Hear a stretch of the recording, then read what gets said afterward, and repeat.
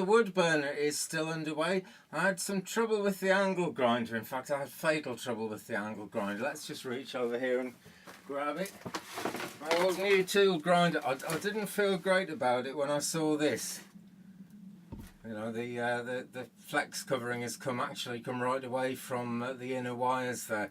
That is not too difficult to fix actually, but it was making me think this old thing is getting on a bit, because it's been a great angle grinder for a long time. It's done loads of work, etc, etc, and I couldn't get the disc off the the spindle lock, which I'm pushing down now. Is kind of okay, but as soon as I put any pressure on it, it broke something inside it, because it was just too much pressure, more than it could take.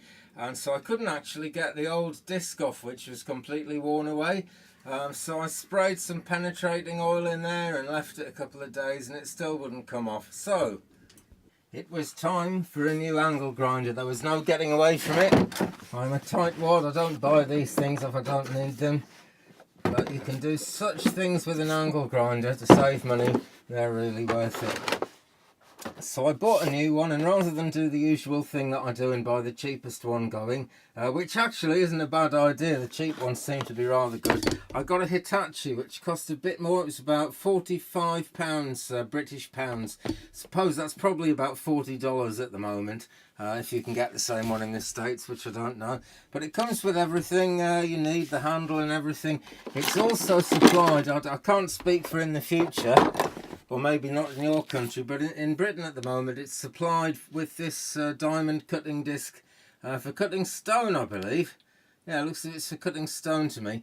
It's supplied with this. I haven't tried it yet because I had a job to do with the wood burner, and I had to crack on with the wood burning stove a bit, and I got there in the end. But take a look anyway.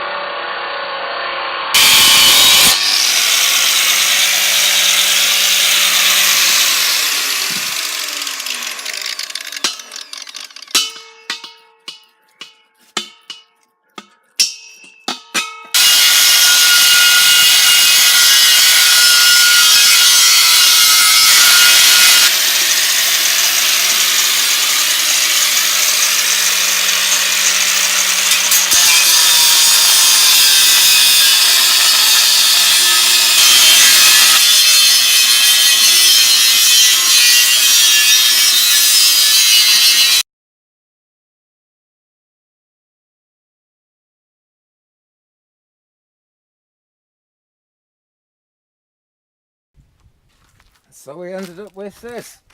You've got to handle these very carefully once you've done this, because these, the next things that need to be removed, and they're very, very sharp and jagged. So if you pick one of these up, pick it up like that around the middle. If you pick it up by the ends, you're asking to get a real nasty cut in your hand, and there's all kinds of weird priming stuff still stuck to this, so anything could happen really. But I was delighted with the angle grinder. It's only got a 600 watt motor. Now the old cheap one that's actually now burned out after so many years was 850 watts. It always seemed a bit sort of overpowered to me, but this seems slightly underpowered. I had to give it a couple of rests during this. So you know, it's not a professional kind of machine that could run all day long, but it's a very nice machine and it did a good job. I'm pleased with it.